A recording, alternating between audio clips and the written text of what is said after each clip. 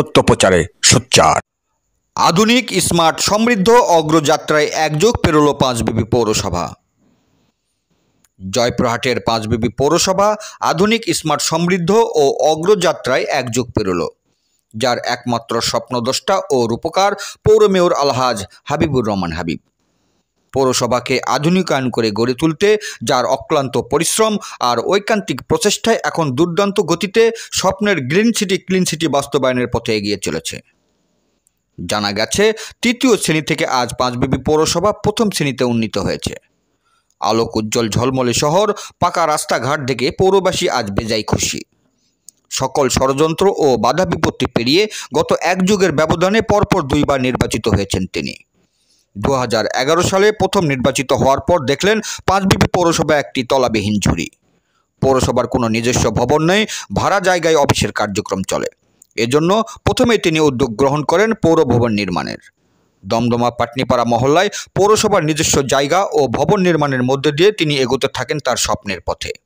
একে একে নির্মাণ করেন 3 মাথা ও 5 মাথায় মুক্তিযুদ্ধের ভাস্কর্য ও শাপলা চত্বর, পৌর ভবনের 3য় তলায় মুক্তিযুদ্ধ জাদুঘর, বীর মুক্তিযোদ্ধার নামে রাস্তার নামকরণ, 5 মাথায় স্মৃতিসৌধ, বিনোদন পার্কের জন্য পৌর পার্ক, পার্কের ভিতর জাতির পিতা বঙ্গবন্ধু শেখ মুজিবুর রহমান সহ দেশ বরেণ্য ব্যক্তিদের ভাস্কর্য, নিমতলী বাজারে সুপার মার্কেট, তরকারি বাজারে kitchen market, vegetable market, fish market, পৌর শহরের রাস্তাঘাট প্রশস্তকরণ, শহরকে আলোক উজ্জ্বল করতে দৃষ্টিনন্দন বৈদ্যুতিক খুঁটি ও বাতি স্থাপন, জলবদ্ধতা দূরীকরণে শহরের অভ্যন্তরে ড্রেনেজ ব্যবস্থা উন্নতিকরণ, বাল্যবিবাহ রোধ ও মাদকমুক্ত যুব সমাজ গঠনে বিভিন্ন ক্লাব ও পাড়া মহল্লায় খেলাধুলার আয়োজন, সাংস্কৃতিক অঙ্গনকে চালু রাখতে পৌর পার্কের অভ্যন্তরে ভোর হলো শিশু সংগঠন ও পাঁচবিবি থিয়েটারের স্থাপন, ইতিহাস ঐতিহ্য ও গুণীজন সম্পর্কে জানাতে ভাষা সৈনিক মীর শহীদ মণ্ডল পৌর পাঠাগার চালু, শিক্ষাঙ্গনকে উদ্বুদ্ধ করতে ভ্রাম্যমাণ লাইব্রেরি ও স্কুল স্থাপন করেছেন।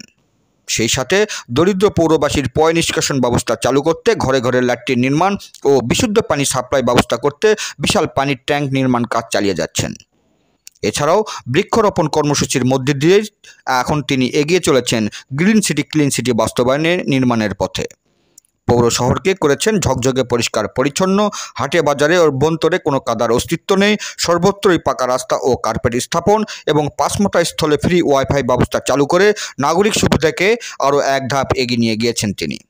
যে কারণে গত এক যুগের ব্যবধানে পাঁচবিবি পৌরসভা দেশের মধ্যে একটি প্রথম শ্রেণীর উন্নত স্মার্ট পৌরসভা হিসেবে জায়গা করে নিয়েছে।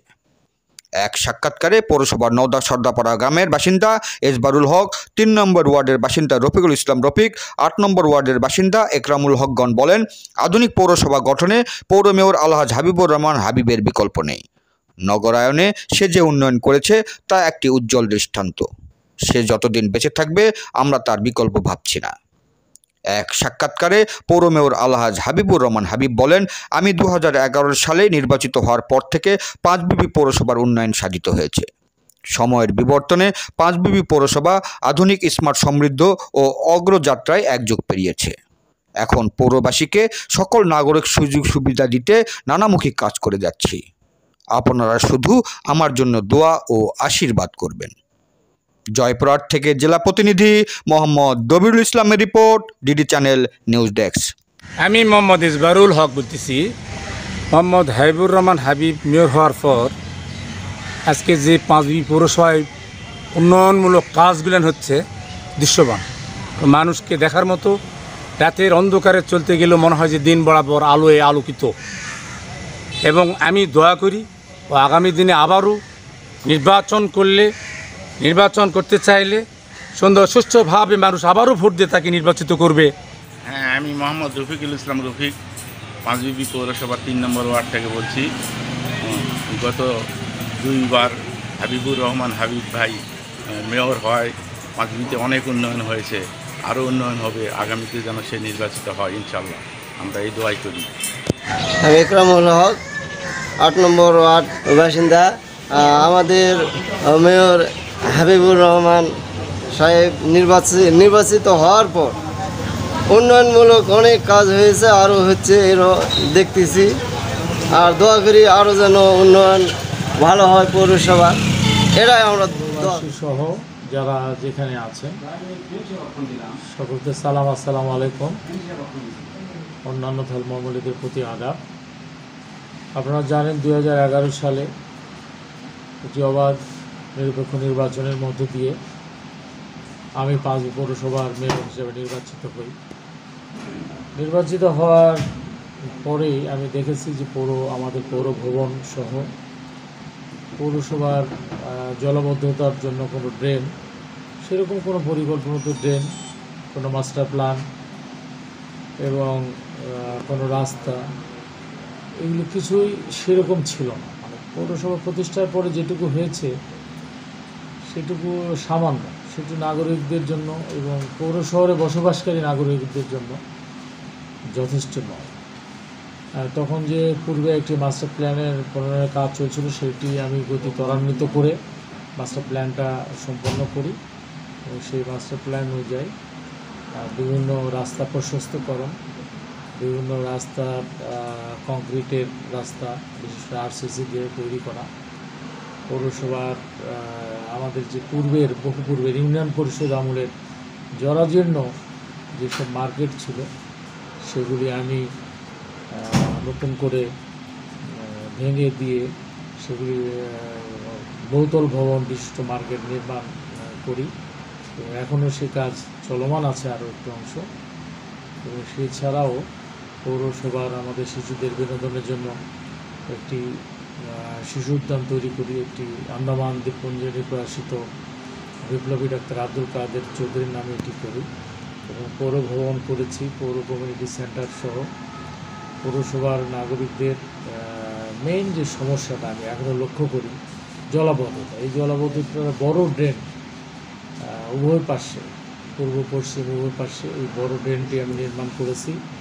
এখন ভিতরের ড্রেনগুলি বড় ড্রেনের সঙ্গে সংযোগ করতে পারলে আমাদের পৌরবাসী নাগরিকদের শতভাগ জলাবদ্ধতা নিরসন হবে। সেগুলিরও কাজ চলমান আছে, আমি কাজ করে যাচ্ছি। এবং এছাড়াও পৌরসভায় আমি একটি লাইব্রেরি করেছি, ভ্রাম্যমানের লাইব্রেরির আদলে এটি পরিচালিত হয়। বিভিন্ন স্কুল কলেজে সেটি নিয়ে যায়, সেটি পড়াশোনা করার পর তাদের পাঠচক্র ব্যবস্থা হয়।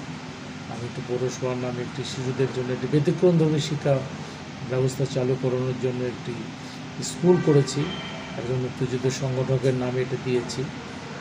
আমি পৌরসভার নিজস্ব একটি ক্লিনিক করেছি। আমাদের এইখানে 5 পৌরসভা থেকে আমাদের স্বাস্থ্যকেন্দ্র, উপস্বাস্থ্যকেন্দ্রটি, স্বাস্থ্য কমপ্লেক্সটি অনেক দূরে হওয়ার কারণে আমাদের রোগীদের অনেক দুর্ভোগ হয় এবং অনেকে দূরে যেতে চায় না।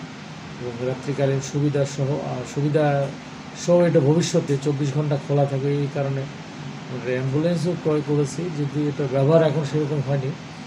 তো আমরা এটাকে আরও আপগ্রেড করব, আমাদের নিজস্ব ভ্রমণ করে আমরা যখন এটাকে করবো 24 ঘন্টা আমরা চাই যে আমাদের যে কোনো নাগরিক রাত্রে অসুস্থ ফিল করলে যেন আমাদের কাছে আসতে পারে, আমরা প্রাথমিক ট্রিটমেন্টটা দিতে পারি এবং সঙ্গে সঙ্গে আমরা যেন তাকে রেফার করে বাইরে পাঠাতে পারি। এরকম পরিকল্পনা নিয়ে এটা আমি সাজাচ্ছি।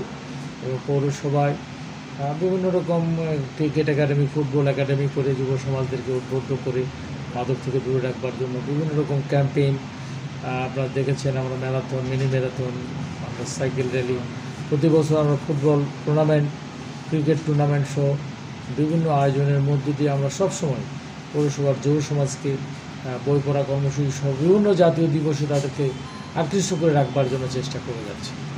এছাড়াও আমাদের উন্নয়ন তো যেহেতু চলমান একটি প্রক্রিয়া, সেই প্রক্রিয়া আমাদের চলছে। আমরা মনে করি যে পৌরসভার একটি ডাম্পিং স্টেশন হলে আমাদের ময়লা আবর্জনাগুলো একটি সুস্থ ব্যবস্থাপনা যদি আমরা তৈরি করতে পারি, আমাদের ড্রেনটা হয়ে গেলে আমরা ইতিমধ্যে পানির একটি 30 পৌরসভা পানি প্রকল্প চালু করেছি, যে কোনো সময় পানি এটা আমরা খাওয়াতে পারবো। এটি হয়ে যাওয়ার পরে আমরা পৌরসভার নাগরিকদের একটি জননেত্রী শেখ হাসিনা ঘোষিত একটি উন্নত বাংলাদেশের যে অভিযাত্রায় বাংলাদেশ এগিয়ে যাচ্ছে, সেই বাংলাদেশের সঙ্গে আমরা সম্পৃক্ত হতে পারবো এবং একটি স্মার্ট পৌরসভা ঘোষিত হবে। এবং এই স্মার্ট যে বাংলাদেশ ঘোষিত হতে যাচ্ছে, সেই স্মার্ট বাংলাদেশের সঙ্গে স্মার্ট পৌরসভাও একই সঙ্গে ঘোষিত হবে বলে আমি মনে করি। আমরা সেই অভিযাত্রায় জননেত্রী শেখ হাসিনার নির্দেশিত পথ আমরা এগিয়ে চলছি।